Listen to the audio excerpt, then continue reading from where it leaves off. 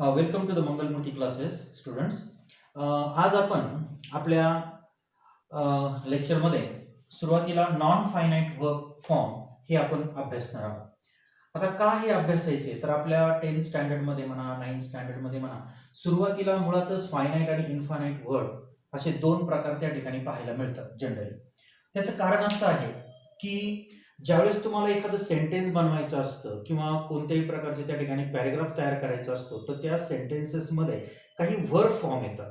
मग त्याच्यामध्ये काही क्रियापदाचे मूळ रूप असतील, काही क्रियापदाचे दुसरे रूप असतील, तिसरे रूप असतील, चौथे रूप असतील, तर हे प्रत्येक क्रियापदाची रूपं याच्यामध्ये येत राहतात. आता तुम्ही जर म्हणाल तर फायनाईट वर्ब हा जो प्रकार असतो तर ह्या प्रकारातले जे क्रियापद असतात हे चेंजेबल होणारे असतात. हे काय असतात? चेंजेबल असतात. पण नॉन फायनाईट वर्ब जे आहेत हे शक्यतो सेंटेन्समध्ये चेंज होत नाही. त्याचं कारण असं आहे की याचे 3 टप्पे आहेत, 3 प्रकार आहेत ऍक्च्युली.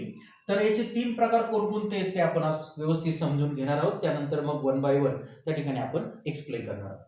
तर पहिला जो प्रकार आहे नॉन फायनाईट वर्बचा तर तो आहे the infinitive form. Infinitive form हे दोन प्रकारचे असतात, एक विथ टू आणि दुसरा आहे without to. To plus verb हे त्याचं स्ट्रक्चर आहे ऍक्च्युली. आता रीड झालं, डान्स आहे, प्ले आहे, म्हणजे to read, to dance, to play ही क्रियापदाचे मूळ रूपे आहेत. ही क्रियापदाची काय आहेत? मूळ रूपे आहेत, ज्यालाच आपण इन्फिनिटिव्ह म्हणतो. त्याला आपण काय म्हणतो? इन्फिनिटिव्ह म्हणतो. आता ही जी रूपं आलेली आहेत ही टू प्लस व्हर्बच्या स्वरूपामध्ये आलेली आहेत. परंतु कधी कधी असं होतं की सेंटेन्समध्ये जर समजा फक्त मूळ रूप त्या ठिकाणी क्रियापदाचं आलं असेल तर ते ओळखायचं कसं, तर हे त्याच्या उपयोगानुसार आपल्याला काय करावं लागतं? जनरली फाइंड आउट करावं लागतं. उदाहरणार्थ इन्फिनिटिव्ह फॉर्म मध्ये विथ टू चा पण एक प्रकार आहे आणि विदाउट टू चा पण प्रकार पाहायला मिळतो. त्यानंतर दुसरा प्रकार जो आहे तो आहे द आयएनजी फॉर्म, म्हणजेच प्रेझेंट पार्टिसिपल आणि जेरंड त्याला आपण म्हणतो. ड्रिंकिंग हे एक उदाहरण इथं घेतलं तर याचं त्या ठिकाणी जी स्ट्रक्चर आहे ते स्ट्रक्चर होऊ शकतं verb plus I N G form. Structure काय आहे जेरंडचं?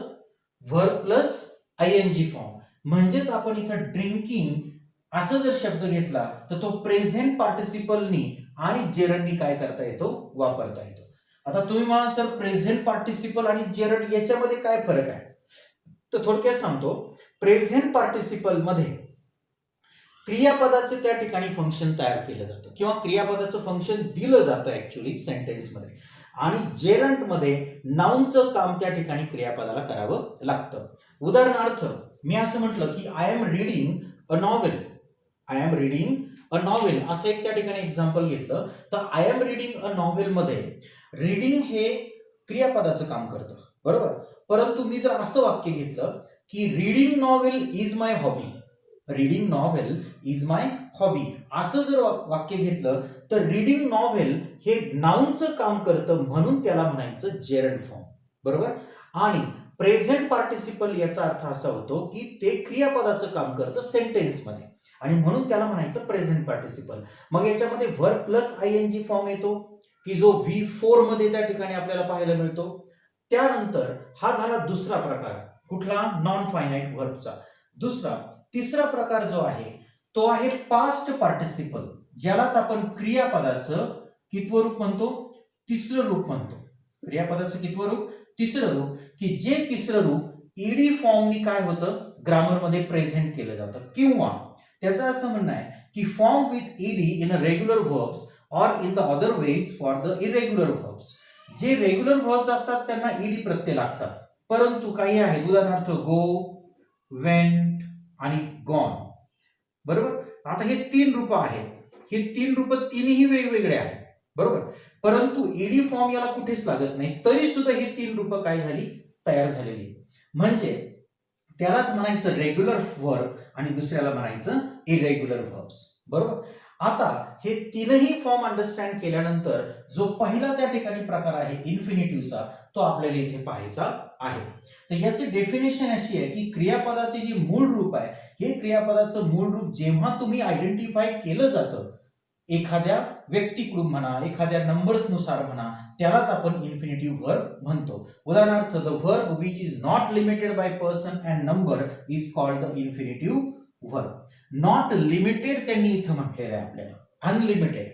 एखाद्या सेंटेन्स मध्ये तुम्ही क्रियापदाची 2 रूपे लिहू शकता, क्रियापदाचं एक रूप त्या ठिकाणी घेऊ शकतो. According to the situation, if you make a lot of sentences in paragraphs, then you should properly mention different types of verb, whatever you want to do. Okay, आता इथे 5 फंक्शन किंवा 5 उपयोग आपल्याला त्या ठिकाणी इन्फिनिटिव्हचे पाहायला मिळतात. तेच आपण उदाहरणाने इथे पाहणार आहोत. उदाहरणार्थ टू अर् इज ह्युमन. आता अर् हा आहे सब्जेक्ट, राईट. मग इथे पहिला त्या ठिकाणी प्रकार येतो की हा जो त्या ठिकाणी इन्फिनिटिव्ह आहे हा सब्जेक्ट म्हणून सुद्धा काम करतो. काय करतो? क्रियापदाचे सब्जेक्ट म्हणून सुद्धा काम करतो. म्हणून त्याला कर्ता, कर्म आणि क्रियापद याच्यातला कर्ता म्हणून त्या ठिकाणी काम करणे हे सुद्धा इन्फिनिटिव्हला करावे लागते. त्यानंतर दुसरं आहे I do not like to play. I do not like to play याच्यामध्ये ऑब्जेक्ट आहे. काय ऑब्जेक्ट आहे? To play. मग ऑब्जेक्टचं काम सुद्धा कोणाला करावं लागतं? इन्फिनिटिव्हला करावं लागतं.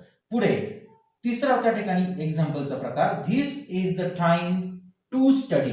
आता तिसरा जो प्रकार आहे this is time to study. To study कशाबद्दल बोललं जातंय? की टाइम बद्दल बोललं जातं. म्हणजेच इथे ऍडजेक्टिव्ह जो आहे तो प्रकार इथे पाहायला मिळतो, विशेषण म्हणून.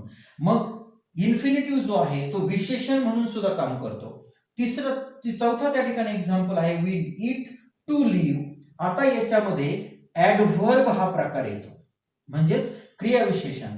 वी ईट टू लिव्ह म्हणजे जगण्यासाठी त्या ठिकाणी आपण जेवत असतो. पुढे the bus is about to go. To go इथे object of preposition, object of preposition शब्दयोगी अव्ययाचे कर्म म्हणून इथे इन्फिनिटिव्ह काय करतो? काम करत असतो. म्हणजेच याचा अर्थ असा तुम्हाला लक्षात आला का? पाहता इथे की जेव्हा आपण नॉन फायनाइट व्हर्ब पाहतो तेव्हा आपल्याला 3 प्रकार मिळतात. एक इन्फिनिटिव्ह फॉर्म, एक प्रेझेंट पार्टिसिपल आणि जेरंड, आणि तिसरा आहे past participle with E D form और the third form of the verb. त्यातला पहिला प्रकार इथे आपण आपल्या व्हिडिओमध्ये पाहतोय आपण की इन्फिनिटिव्ह क्रियापदाचं मूळ रूप. क्रियापदाचं मूळ रूप बदल होतो, पण जर त्याला टू हा फॉर्म जोडला गेला तर मात्र त्याच्यात बदल होत नाही. कारण हे नॉन फायनाइट वर्ब्स आहेत, हे कधीही त्या ठिकाणी सेंटेन्स मध्ये चेंज होत नाही, म्हणून त्यांना नॉन फायनाइट वर्ब म्हणायचं. मग याच्यात 5 त्या ठिकाणी आपण जनरली उपयोग पाहिले. एक, सेंटेन्स मध्ये सब्जेक्ट ऑफ द वर्ब म्हणजेच क्रियापदाचा कर्ता म्हणून काम करणे.